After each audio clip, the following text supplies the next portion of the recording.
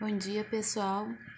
Como a gente vem estudando, né, ao longo das semanas, os reinos, a gente já falou do reino animal, do reino das plantas, reino plantae, falamos do reino monera e hoje a gente vai falar do reino protoquetista ou reino protista. Esse nome é estranho, mas ele vai trabalhar coisas mais básicas, né, que são as algas e os protozoários. As algas, elas não estão no reino das plantas, porque elas têm umas características que não fazem com que elas entrem no reino das plantas.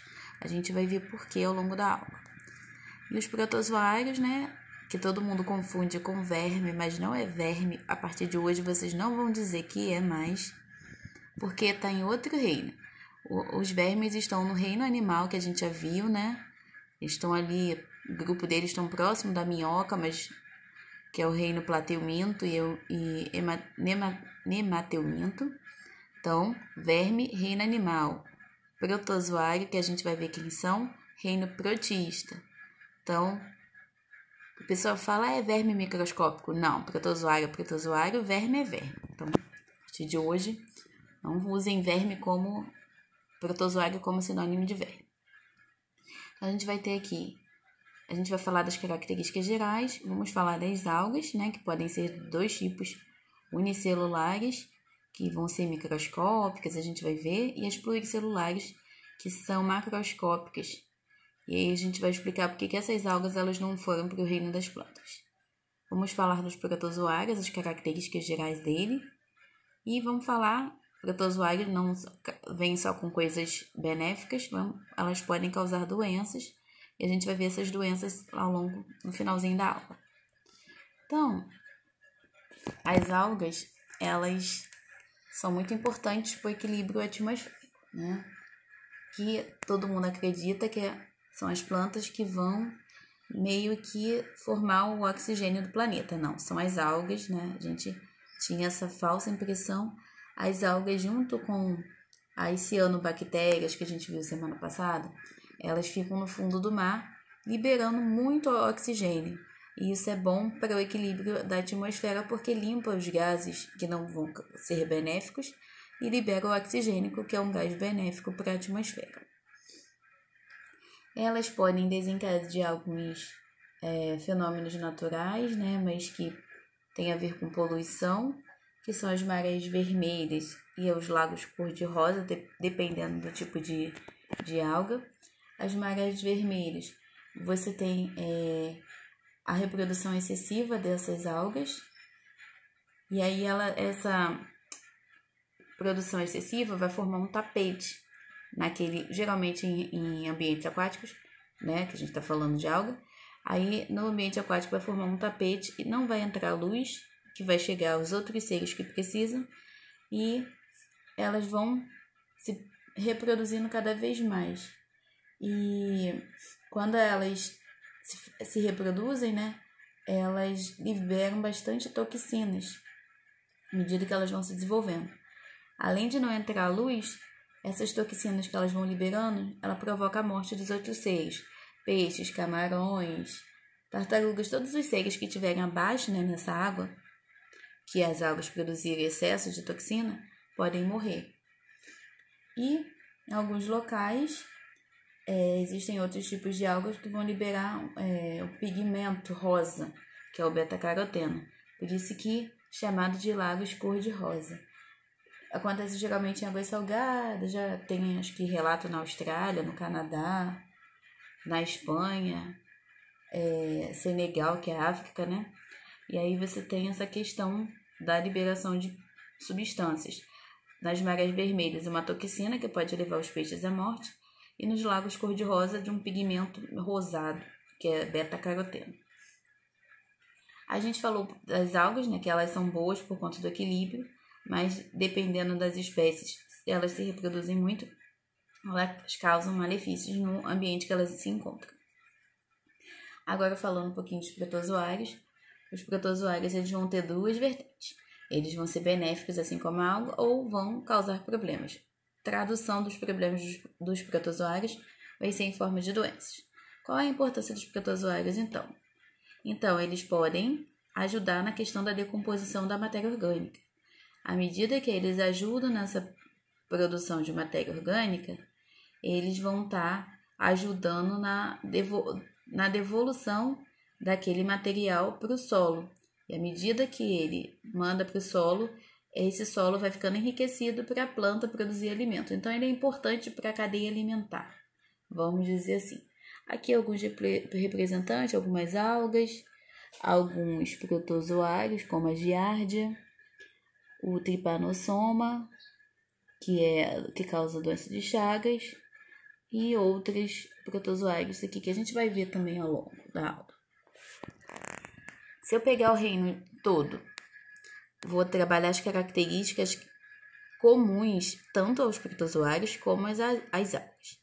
Então, quais são os dois representantes desse reino, protista ou protoctista? Os protozoários e as algas, eles são eucariontes. Vamos recapitular. Célula, núcleo. Se eu tenho uma membrana que envolve o núcleo, eu tenho carioteca. Se eu tenho carioteca, eu tenho qual tipo de célula? Eucariote. Isso é protoctista. Reino Monera, semana passada. Célula, material genético espalhado. Eu não tenho uma membrana que sinalize que ali é o núcleo. Quando eu não tenho a carioteca, que é a membrana, é procarionte. Então, o único ser procarionte que a gente estudou foram as bactérias. Os demais vão ser eucariontes. Respiração celular. Eles só produzem energia se tiver oxigênio. Por quê? Eles são aeróbios. Quando eles se desenvolvem produzem energia mediante o oxigênio, eles são aeróbios. Se eles não precisassem, eles seriam o quê? Anaeróbios, recapitulando os termos. Em relação à quantidade de células, eles podem ser unicelulares, como os protozoários, ou pluricelulares. Lembrando que as algas elas podem ser uni- ou pluricelulares também. Então, mas a maioria são pluricelulares. Hábitat. Vida livre. O que quer ser vida livre? Como a gente está falando de algas e protozoários, normalmente eles vão viver em ambientes aquáticos. Já quando eles não são de vida livre, né, que aí já não são as algas, a gente vai falar mais dos protozoários, eles sobrevivem habitando outros seres, como parasitos, né? Então, vida livre, geralmente aquáticos, ou parasitando algum outro ser, seja planta, seja um ser humano ou um outro animal. Nutrição, como é que elas vão adquirir os alimentos? As algas, como elas realizam fotossíntese. Por que elas realizam fotossíntese? Porque elas têm pigmentos verdes, como a clorofila. Elas são autótrofas, ou seja, elas produzem seu próprio alimento. Ou a gente tem a questão dos heterótrofos, que já são os protozoários. O protozoário não produz alimento, por isso que ou ele vai viver pegando os nutrientes do ambiente aquático ou adquirindo parasitando um outro ser, uma outra espécie. Como eu falei na primeira aula, ela é o pulmão do mundo invertido. Por que é pulmão do mundo invertido? A gente pega o oxigênio e libera o CO2. Elas não, elas fazem o contrário. Elas pegam o CO2 e liberam oxigênio. E aí, ao liberar oxigênio, elas ajudam no equilíbrio ambiental, como eu falei no primeiro slide. Elas podem ser microscópicas, ou seja, você não vai enxergar elas ali no fundo do mar. Por que elas não são valorizadas? Só as árvores são valorizadas. Porque quem faz a fotossíntese é a galera microscópica. Então, elas são, vamos dizer assim, os seres invisíveis que vão liberar oxigênio. Então, microscópicas são as algas que vão produzir vão liberar o oxigênio. E as macroscópicas, que a gente já viu na alimentação, né? A culinária japonesa, ou quando a gente vai para a praia que a gente vê aquelas algas boiando. Então, são as macroscópicas. Por isso que a gente consegue ver, né? Obviamente. Classificação quanto à nutrição. São autótrofas porque elas são consideradas produtoras de alimento, produzem para si e para os outros seres que vão vir ao longo da cadeia. Como que elas produzem? Pelo processo de fotossíntese. E aí, mediante ao tamanho, formato, elas podem ser classificadas como algas unicelulares ou algas pluricelulares. A gente vai trabalhar cada uma delas. Falando das algas unicelulares, obviamente, o hábitat delas, elas são seres de hábito aquático, então vão viver no solo úmido ou na água, seja salgada, seja doce. Tipo de reprodução assexuada, que traduzindo, não há participação dos gametas, né? Vai ser por divisão binária ou cisparidade. O que é divisão binária? Tem uma alga unicelular, ela vai se dividir, vai duplicar o material genético. Então, duplicou, material genético duplicou. Aí, ela se divide e forma duas. Igual a bactéria que a gente viu semana passada. Qualquer coisa, veja no slide de semana passada. Grupos. Elas são classificadas em grupos de acordo com o pigmento que elas possuem e as características. Você tem as euglenófitas, que possuem os flagelos, que é como se fosse uma cauda comprida. Água doce, elas são de água doce e elas têm pigmentos verdes, por isso que a coloração é esverdeada. A gente tem crisófitas, não precisa decorar esses nomes, mas caso tenha algum exercício, só para vocês se situarem. Elas são de água doce ou salgada, pigmentos marrom amarelados, elas têm um aspecto de alga dourada. Podem ser chamadas de diatomáceas também. Pirrófitas ou dinoflagelados. Elas vão possuir pigmentos verdes ou marrons, e elas podem liberar luz pelo fenômeno da bioluminescência. Então, elas são bem interessantes. São elas que em excesso causam o problema da maré vermelha. Elas liberam toxinas em excesso. Então, aqui eu tenho uma euglenófita, euglenófita verde. Eu tenho uma crisófita, que são as algas douradas. E eu tenho uma pirrófita, que são as algas de coloração vermelha, que tem a ver com a questão do fenômeno das marés vermelhas. Agora, falando um pouquinho das algas pluricelulares. Elas são macroscópicas porque possuem mais de uma célula. Por que elas não são consideradas plantas do reino das plantas? Porque os tecidos, elas não possuem tecidos verdadeiros. Embora elas tenham muitas células, isso não se forma os tecidos verdadeiros. Por não possuir tecido verdadeiro, ela é considerada ela fica classificada no reino protista. Reprodução, metagênese ou alternância de gerações. Eu não coloquei aqui o esquema porque vocês vão ver no 8º ano, mas só metagênese é o quê? Ela vai ter duas fases, sexuada e assexuada. A sexuada, ela produz os gametas, e esses gametas se encontram na água. Esses gametas desenvolvem uma outra alga que vai liberar esporos. Então, vamos lá. Tem duas fases. Sexuada, que gera os gametas. Esses gametas vão liberar esporos. Esses esporos, eles entram para fase assexuada e vai gerar um novo indivíduo. Gerando um novo indivíduo, eles vão liberar a gameta de novo na água, que depois vai liberar os esporos e vai gerar um novo indivíduo. Então, é a alternância de geração, como se fosse um ciclo. Eu botei a mão na frente ali, a pessoa nem está estabanada. Continuando, assim como as algas unicelulares foram classificadas em grupos, as algas pluricelulares, de acordo com os pigmentos, também são classificadas em grupos. Os nomes são estranhíssimos, não precisam decorar, é só para vocês saberem.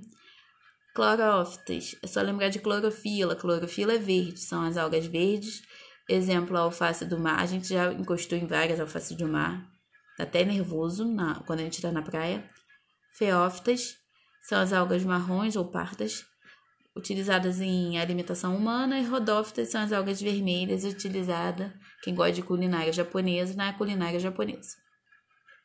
Então, aqui a gente tem a alface do mar, né? A alface do mar são as clorófitas. As feófitas E a gente tem as algas que são utilizadas na culinária japonesa, que são as rodófitas, né? Então, essa aqui a gente já viu bastante no mar, essa aqui dá mais nervoso quando a gente pisa. Essa aqui não tanto. Protozoários agora. Falamos das algas, vamos para o segundo membro do reino protoquitista.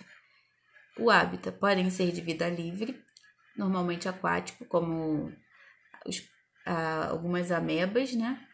E parasitos, que é o quê? Eles não vivem, eles precisam de um outro ser para poder sobreviver. Definição de parasito: é um ser que precisa do outro ser para adquirir nutrientes por um tempo indeterminado, mas não pode causar danos. Qualquer ser que entre nesse aspecto é considerado um parasito. Eles são heterótrofos, ou seja, não produzem seu próprio alimento, por isso que eles vão precisar de outros para adquirir na água, quando eles estão em vida livre, ou vão precisar de outro ser, que é chamado de hospedeiro, porque vai abrigar ele para poder adquirir o alimento. Como eu falei, a importância, ele não causa só doenças. Eles podem ser considerados decompositores. Eles vão devolver material orgânico para a natureza. Aqui a gente tem alguns exemplos. A maioria aqui são causadores de doenças, exceto o paramécio. O paramécio é de vida livre. Agora a giardia, que tem essa carinha aqui, é a mais simpática. Trypanossomo, a ameba, o balantídeo, eles são considerados causadores de doença. Balantídeo causa tranquilo, também uma doença tranquila, e o paramécio é o único de vida livre. Reprodução.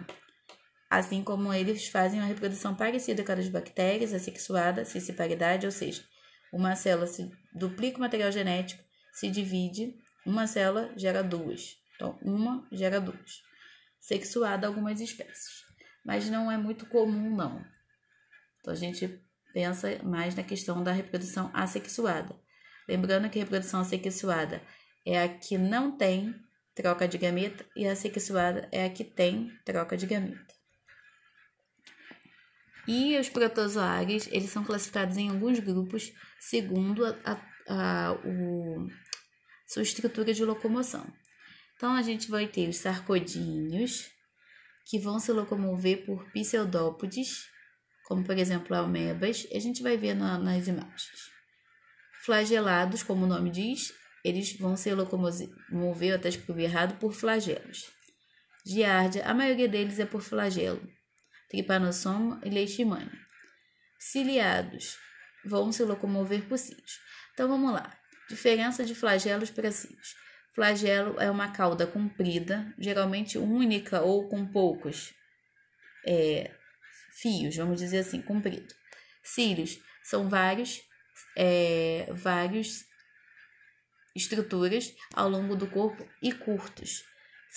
Então, a gente vai ver a diferença. Flagelo é comprido, geralmente são em pouca quantidade. Cílios é curto e são vários ao longo do parasito. Então, eu tenho pseudópodes, que são falsos pés, pseudo-falso. Podes, pé, falsos pés. Eu tenho flagelo, que são estruturas compridas. Ciliados são estruturas pequenas, como se fossem cílios. O nome dele já diz, né? Esporozoários, não tem nada. Ele fica ali, não tem nada para se locomover. Normalmente, por não se locomover, esses aqui a gente só vai encontrar parasitos, porque eles não vão conseguir viver em vida livre. Os exemplos são os plasmódios, que vão causar malária. Então, aqui, risópode ou sarcodíneos é a mesma coisa. Risópodes e sarcodíneos, pseudópodes. Eles vão ter falsos pés, como se fossem pezinhos, e eles conseguem se locomover. Um exemplo que faz isso é a ameba. É a coisa mais linda olhá-las no microscópio. Elas andam igual umas tartaruguinhas se arrastando. Pensa na amoeba que vocês uma vez já tiveram. Se não sabe o que é amoeba, bota na internet, mas é da época de vocês. Então, falsos pés. Flagela, estrutura comprida. Pode ser única, tem alguns que possuem até mais de um, mas normalmente é única.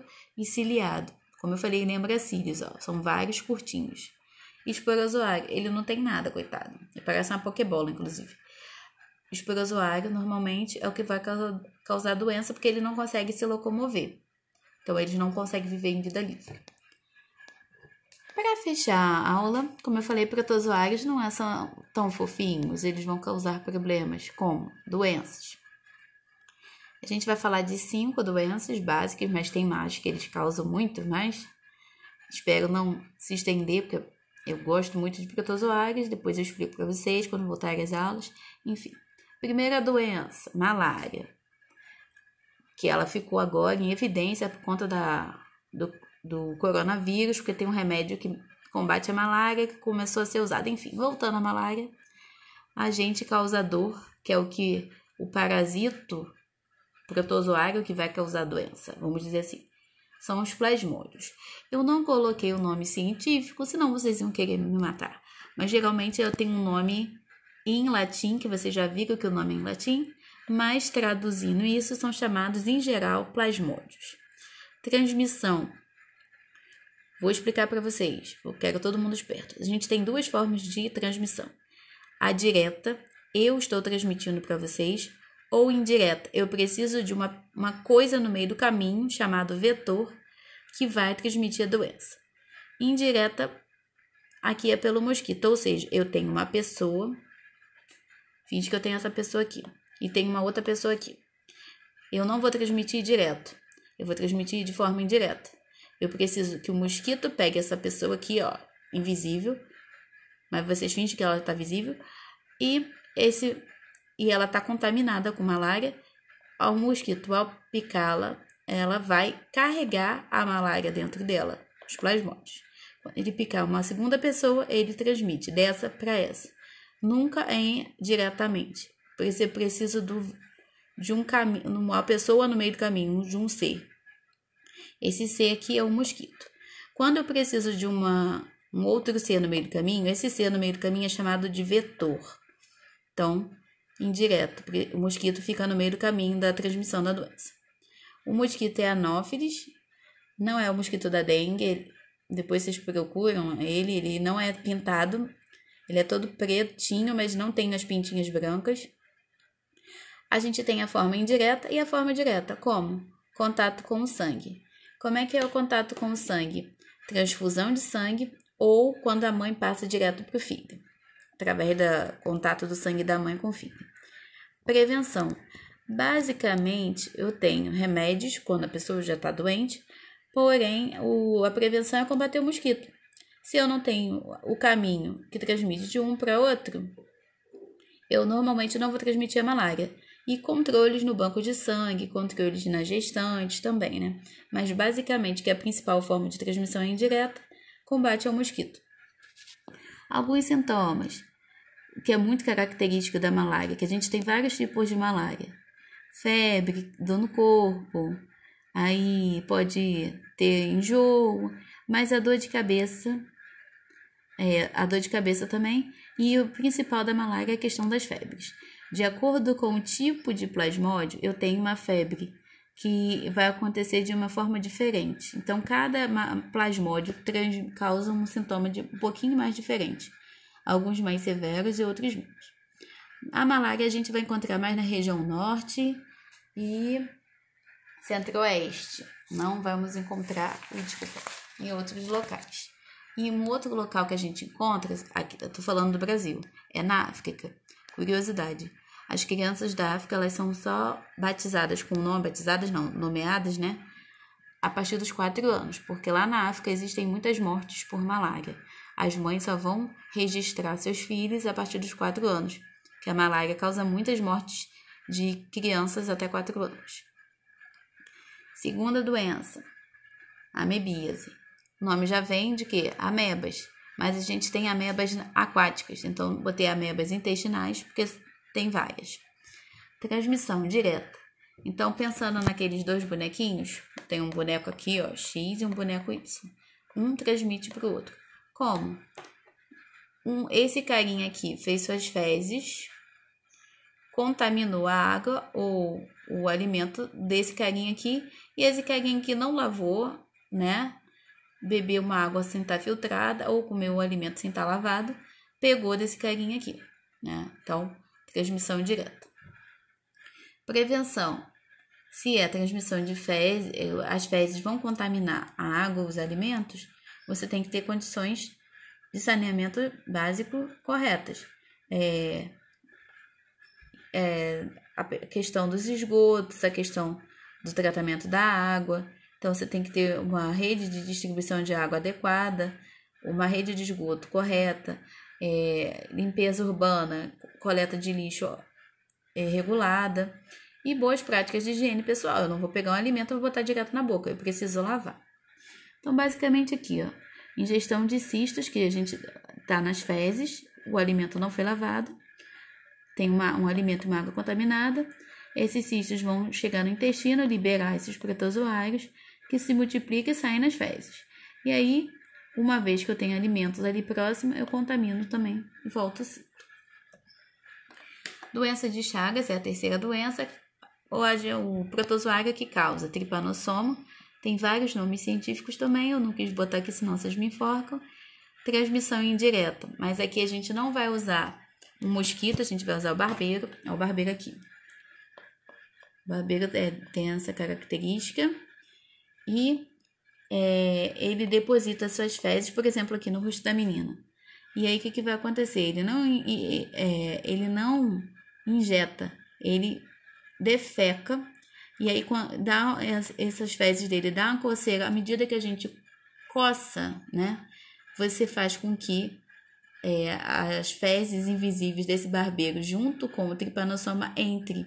E aí, uma vez que ele entre pelo sangue, ele pode chegar a esses órgãos aqui, principalmente coração, esôfago e intestino.